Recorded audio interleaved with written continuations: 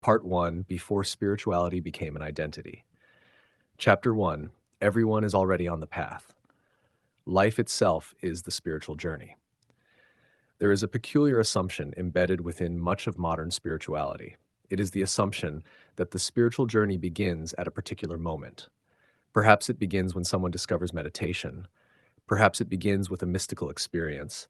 Perhaps it begins with a spiritual awakening, a religious conversion, a psychedelic experience, a near-death experience, a Kundalini awakening, or the discovery of some teaching that suddenly appears to explain everything that came before. There is often a dividing line: before awakening, before becoming spiritual, after becoming spiritual, before discovering the path, after discovering the path. But what if the dividing line is imaginary? What if the spiritual journey did not begin when a person discovered spirituality? What if it began when they were born? Or, more fundamentally, what if it is simply another name for the process of being alive? Every human being enters existence without knowing what existence is.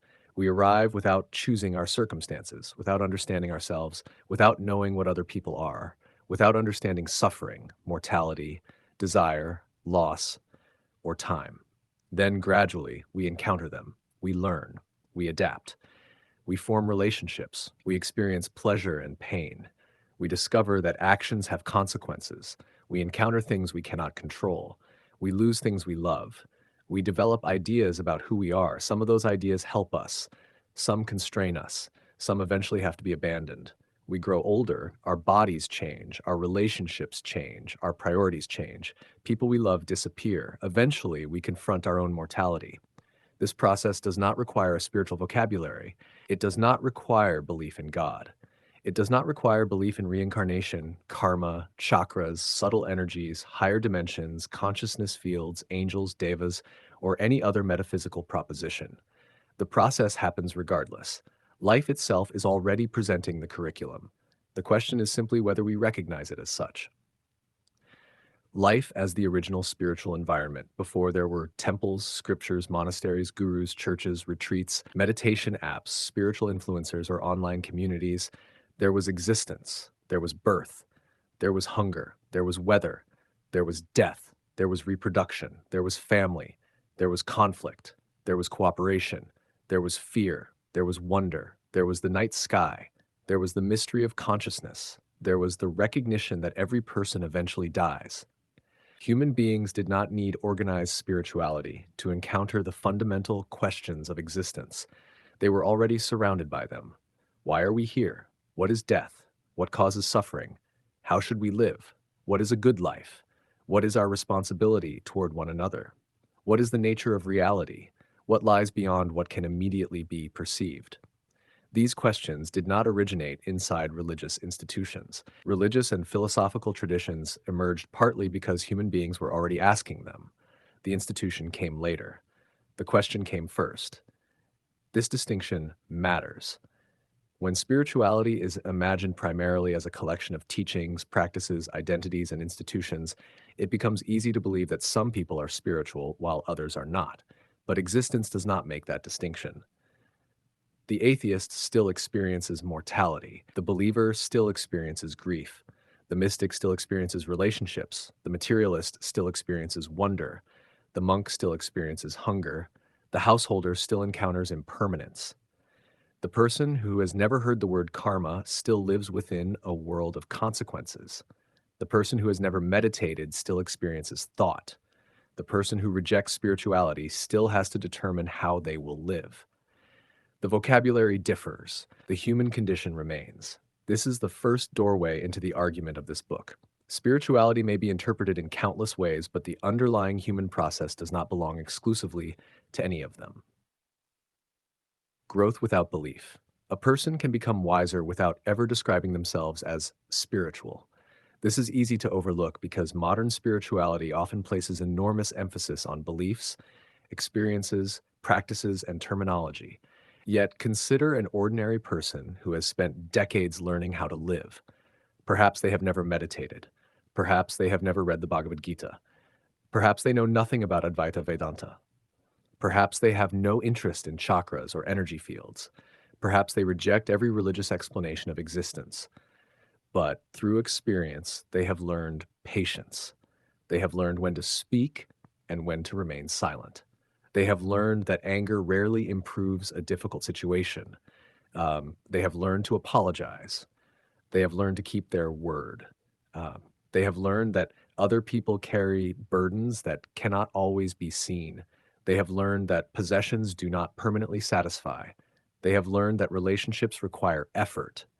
They have learned that loss cannot always be prevented. They have learned that some things must simply be accepted. They may possess no spiritual identity whatsoever, yet wisdom may be present. This reveals an important distinction. Doctrine is not transformation. Knowing the language of wisdom does not necessarily mean embodying it. A person can speak fluently about compassion while behaving cruelly. They can speak about non-attachment while becoming obsessed with spiritual status. They can speak about humility while believing themselves superior. They can speak about universal consciousness while treating ordinary people as spiritually inferior. Uh, they can quote scripture while remaining unable to tolerate contradiction. Conversely, someone may possess very little spiritual vocabulary while demonstrating remarkable patience, integrity, generosity, courage, and compassion. The difference is between knowing about wisdom and becoming wiser. This distinction will become increasingly important throughout this book, because one of the central problems with spiritual identity is that it can create the appearance of transformation without requiring transformation itself. A person can acquire the language before acquiring the qualities. They can collect concepts before developing character. They can accumulate spiritual experiences without becoming more capable of living wisely. The external appearance of spirituality can therefore become detached from its original purpose. Experience as a teacher. Human beings learn through encounter. A child learns that fire burns. A young person learns that actions have consequences. An adult learns that relationships cannot be controlled completely. Someone who experiences loss learns something about impermanence. Someone who experiences failure learns something about expectation. Someone who becomes responsible for another person learns something about responsibility. Someone who grows older learns something about time. Someone who watches their body change learns something about attachment. Some lessons cannot be acquired through intellectual study alone. They have to be lived. This is one reason the world's great wisdom traditions repeatedly developed practices rather than merely propositions. Meditation asks a person to observe. Yoga disciplines the body, breath, senses, and mind. Buddhist practice examines craving, perception, conduct, and suffering. Taoist practice explores harmony, simplicity, and non-forcing. Stoicism turns philosophy toward conduct. Mysticism seeks direct encounter rather than merely conceptual description. These traditions understood something fundamental. Reality teaches through experience. A scripture can describe water, a teacher can explain water, a philosopher can construct an elaborate theory of water, but drinking water remains a different kind of knowing. Spiritual traditions have often attempted to bridge this distinction between conceptual knowledge and lived realization. Modern spirituality can sometimes reverse it. It can encourage people to collect concepts, terminology, experiences, certifications, and identities while neglecting the slow process through which those things are supposed to change the person. The result is spiritual information without corresponding transformation. And information, however profound, is not the same thing as wisdom. Growth without a spiritual identity. There is another reason the distinction matters. A spiritual identity can subtly imply that there are two types of people, those who are on the path and those who are not. But this creates a problem. Who gets to decide? Is the person who meditates every morning more spiritual than the person caring for an elderly parent? Is the person who has experienced Kundalini more developed than the person who quietly spends 30 years serving their community? Is someone who understands non-duality necessarily wiser than someone who has never encountered the term but lives with extraordinary compassion? Is the person who believes in reincarnation automatically more spiritually developed than someone who does not? There is no obvious universal measuring instrument capable of answering these questions, and perhaps that is the point. Human development does not necessarily occur along a single spiritual axis. A person can possess profound intellectual understanding and little emotional maturity. Another can possess great compassion without sophisticated philosophical knowledge. Another can be highly disciplined but rigid. Another can be deeply intuitive but lacking in ethical restraint. Another can have endured enormous suffering and developed extraordinary resilience. Another may be only beginning to discover qualities that another person has cultivated for decades. Human beings are complex. Development is multidimensional, and circumstances matter. The ancient Indic understanding of karma and dharma, for example, provides a framework in which beings encounter different circumstances, capacities, responsibilities, and consequences. Development cannot therefore be reduced to a simple competition in which everyone is climbing the same ladder at the same speed.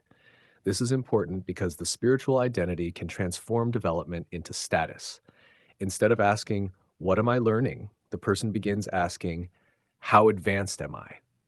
Instead of, "What attachment am I being asked to release?" the question becomes, "What level of consciousness have I reached?" Instead of, "How can I live more wisely?" the question becomes, "Am I awakened?" The orientation has shifted. Transformation has become self-definition. Suffering as teacher. Suffering is one of the great universal teachers precisely because nobody can completely avoid it. This does not mean suffering is inherently good. It is not necessary to romanticize pain. Loss hurts. Grief hurts. Illness hurts. Failure hurts. Betrayal hurts. Loneliness hurts. Uncertainty hurts. Death hurts. Some suffering should be prevented wherever possible. Compassion requires us to reduce unnecessary suffering, not glorify it. Yet suffering can reveal things that comfort conceals. When everything is going well, our attachments can remain invisible. We may believe we are detached until something we desperately want is taken away. We may believe we are forgiving until someone seriously wrongs us. We may believe we have surrendered control until reality refuses to cooperate. We may believe we understand impermanence until someone we love dies. We may believe we know ourselves until circumstances reveal parts of ourselves we had never encountered. Suffering can expose the architecture of the self. It reveals what we cling to, what we fear, what we expect, what we believe we deserve, what we cannot accept, what we are willing to sacrifice, what we are unwilling to release. This is why suffering occupies such an important place within so many wisdom traditions. The Buddha begins with dukkha, the recognition that conditioned existence involves unsatisfactoriness, instability, and suffering. Hindu traditions explore the bondage produced through ignorance, attachment, desire, and identification. Stoicism repeatedly confronts the instability of external circumstances. Mystical traditions speak of surrender. Taoism emphasizes harmony with the changing nature of existence. These are not simply theories about suffering, they are attempts to understand what suffering reveals. What adversity reveals. Adversity can become a mirror. It can reveal whether our philosophy actually functions when life becomes difficult. It is relatively easy to speak about acceptance while everything is going according to plan. It is harder when circumstances contradict our expectations.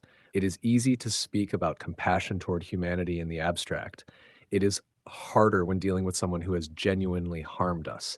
It is easy to speak about non-attachment. It is harder when something precious is disappearing. It is easy to speak about surrender. It is harder when reality refuses to surrender to us. This does not mean that suffering automatically produces wisdom. It does not. People can become more bitter, frightened, resentful, or hardened through suffering. The experience itself does not guarantee transformation. What matters is the relationship with the experience. This distinction is crucial. The spiritual path is not simply suffer, therefore become enlightened. It is closer to encounter reality honestly, including its difficulty, and discover what the encounter reveals. Suffering can become a teacher, but like every teacher, it can be ignored. Why no one is outside the process. Modern spiritual culture sometimes creates a peculiar category of the unawakened. The awakened person is imagined as someone who has discovered a hidden truth. The sleeping person is imagined as someone who has not. This creates an invisible boundary. On one side are those who know, on the other are those who do not. But the boundary is not as substantial as it appears. Every human being is learning. The infant is learning. The child is learning. The adolescent is learning, the adult is learning, the elderly person is learning, the religious person is learning, the atheist is learning, the philosopher is learning, the laborer is learning, the scholar is learning, the mystic is learning. The person who thinks they have everything figured out is also learning, although they may not realize it. The circumstances differ, the lessons differ, the capacities differ, but nobody stands outside existence. Nobody stands outside consequence. Nobody stands outside change. Nobody stands outside mortality. Nobody stands outside relationship. Nobody stands outside the unfolding of life. This does not mean everyone is at the same stage in every dimension. Clearly, they are not. People develop differently. Some cultivate extraordinary wisdom. Some remain deeply trapped in destructive patterns. Some possess tremendous compassion. Others cause tremendous harm. Recognizing universal participation does not require pretending that all conduct is equally wise or ethical. It simply means that difference does not require spiritual exclusion. A person can be more mature in one area without becoming metaphysically superior as a human being. This distinction will become central later in the book. Because one of the light trap's most persistent mechanisms is the conversion of difference into hierarchy. Someone becomes more knowledgeable and concludes they are more conscious. Someone becomes more disciplined and concludes they are more evolved. Someone has an unusual experience and concludes they are chosen. Someone discovers a teaching and concludes those who have not discovered it are asleep. The journey becomes a ranking system, but life itself never issued such rankings. The false division between spiritual and non-spiritual people. The word spiritual can be useful. It can describe a particular orientation toward existence, a concern with transcendence, consciousness, sacredness, inner development, or ultimate reality. The problem begins when the word becomes a category of human worth. Spiritual people, non-spiritual people, awakened people, unawakened people, conscious people, unconscious people, higher beings, lower beings. Once these categories become identities, the spiritual path can begin generating the very separation it was intended to overcome. This is particularly ironic within traditions that emphasize the unity or interconnectedness of existence. If reality is fundamentally interconnected, then spiritual development should presumably deepen one's capacity to recognize that interconnectedness. It should not require inventing an inferior class of humans. The person who has genuinely cultivated compassion does not need humanity to become less worthy in order for their compassion to become more impressive. The person who has developed wisdom does not require an ignorant enemy. The person who has become inwardly free does not need another person to remain bound. This gives us a useful principle. Wisdom does not require superiority. Different circumstances, different lessons. Every human being enters life under different conditions, different bodies, different families, different cultures, different historical periods, different economic circumstances, different relationships, different responsibilities, different capacities, different forms of suffering, different opportunities. From a dharmic perspective, these differences can be understood through the complex operation of karma, samskara, dharma, and circumstance. Whatever metaphysical interpretation one adopts, the practical observation remains obvious. No two human lives are identical. Therefore, no two developmental journeys will be identical. One person may need to learn patience, another courage, another responsibility, another surrender, another discrimination, another compassion, another boundaries, another humility, another discipline, another the ability to let go. The lesson that liberates one person may be irrelevant to another. This makes spiritual comparison particularly unreliable. A person may look spiritually behind simply because they are working through a different dimension of development. The quiet person caring for their family may not look spiritually impressive. The person publicly discussing consciousness may, but appearances are not necessarily measures of transformation. A forest does not announce which tree is growing fastest. Human development is often similarly invisible. Have spirituality before religion. There is another layer to this argument. Before spirituality became a category, human beings simply experienced existence. They watched the sky, they buried their dead, they celebrated births, they experienced dreams, they encountered storms, they witnessed animals, they experienced love and loss, they wondered about death, they encountered altered states of consciousness, They felt awe. They experienced fear of the unknown. They perceived patterns in nature. They asked questions. Eventually, these experiences became embedded in stories, rituals, ceremonies, philosophies, cosmologies, and religions. This does not diminish religion, it helps explain it. Religion can be understood as one of humanity's great attempts to preserve and transmit accumulated understanding about existence. It gives experience a language, it creates practices, it establishes ethical frameworks, it transmits memory across generations. It gives communities ways of relating to birth, death, suffering, responsibility, sacredness, and mystery. But the experience itself came first. The human being encountered existence before the institution explained it. This distinction is easily lost. Once a tradition becomes established, people can begin encountering the tradition before encountering the reality that originally generated it. The scripture comes first. The ritual comes first. The doctrine comes first. The identity comes first.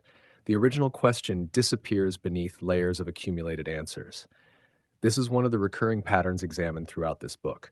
A method becomes an institution becomes an identity becomes something to defend, and eventually the structure designed to preserve wisdom can become an obstacle to encountering it.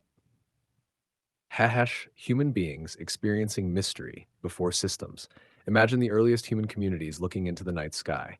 There was no modern spiritual marketplace, no algorithm, no online teacher, no certification, no spiritual brand. There was simply the sky.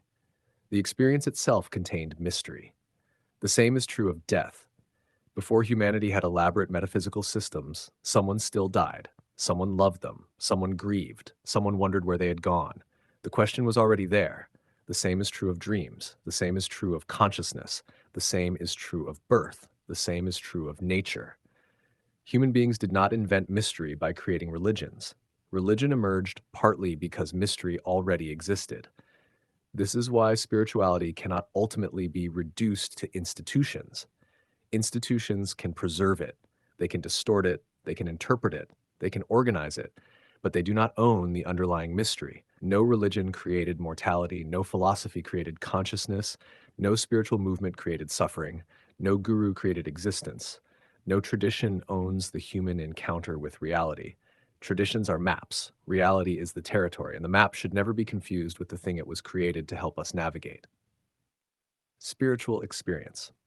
Preceding institutional identity. Mysticism provides perhaps the clearest example.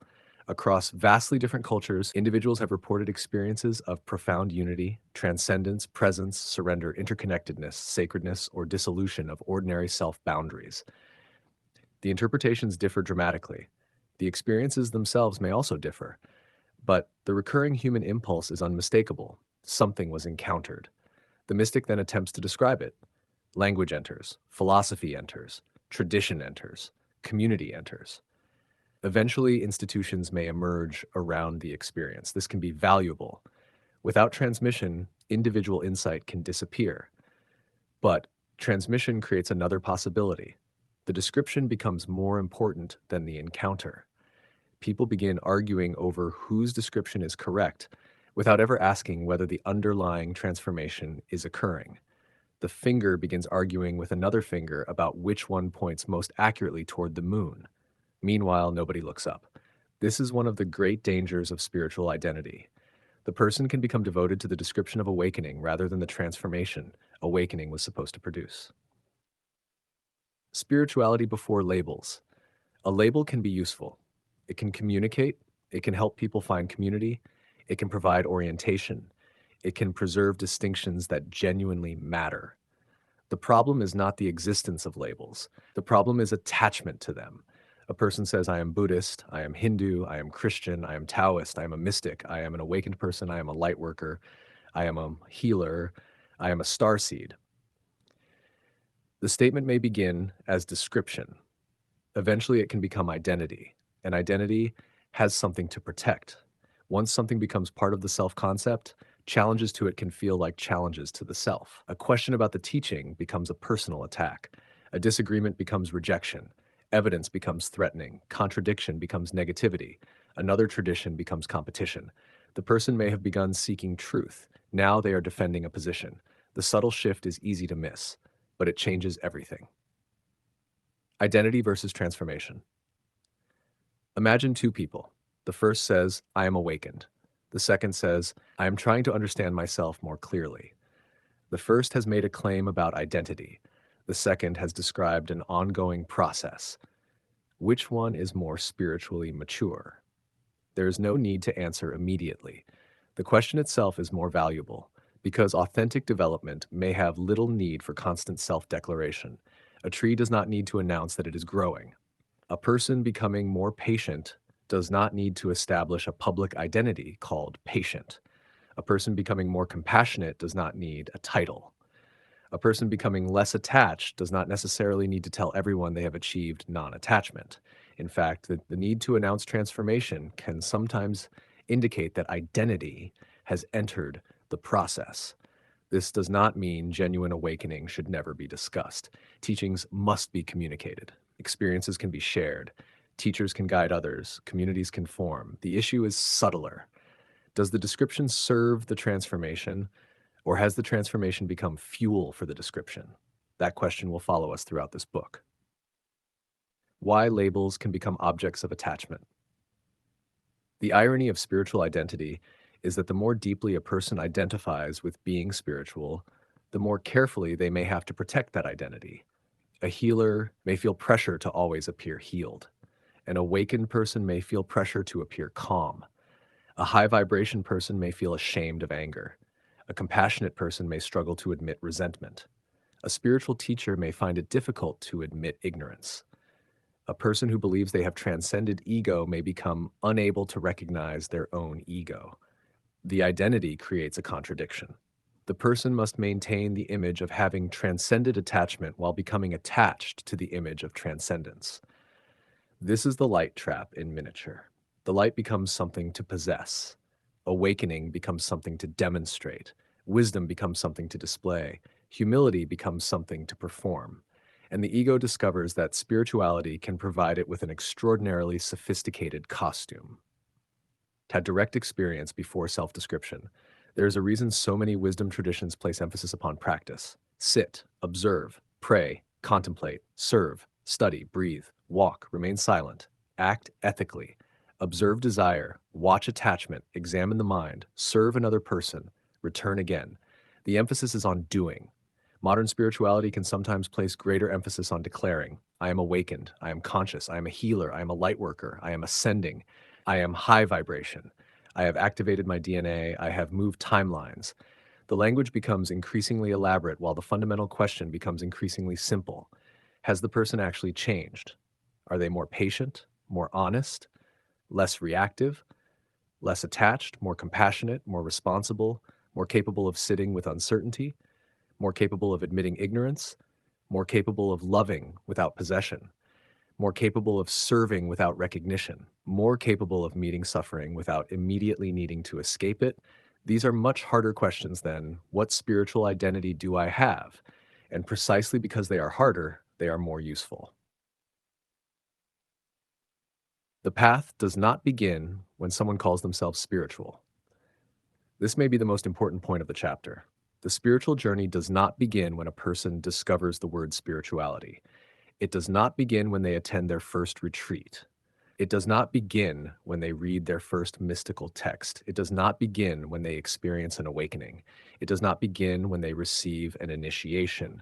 It does not begin when they discover meditation. It does not begin when they start believing in reincarnation.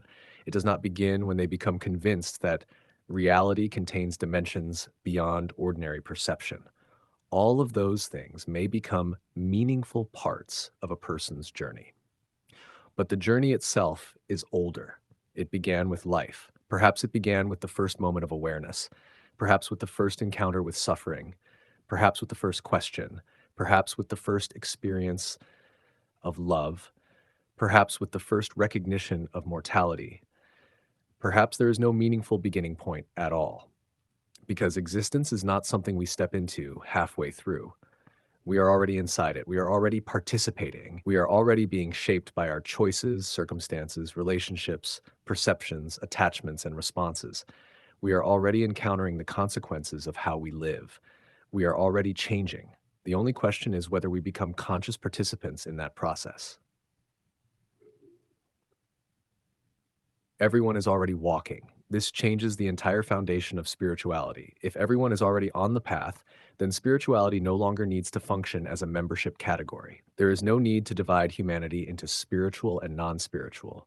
There is no need to manufacture an awakened class. There is no need to create an enemy composed of the asleep. There is no need to prove that one's path is superior. There is no need to turn wisdom into status. There is no need to make spiritual development a competition. People can simply be at different points in different processes. One person is learning patience, another is learning courage, another is learning forgiveness, another is learning responsibility, another is learning detachment, another is learning how to love, another is learning how to let go, another is learning how to live, and another may be learning something that the first person has not even encountered yet. The path is therefore not a ladder with humanity arranged beneath it. It is a landscape. Everyone is somewhere within it. The terrain differs, the weather differs, the direction differs, the lessons differ, but nobody is standing outside the landscape, the first dissolution of the boundary.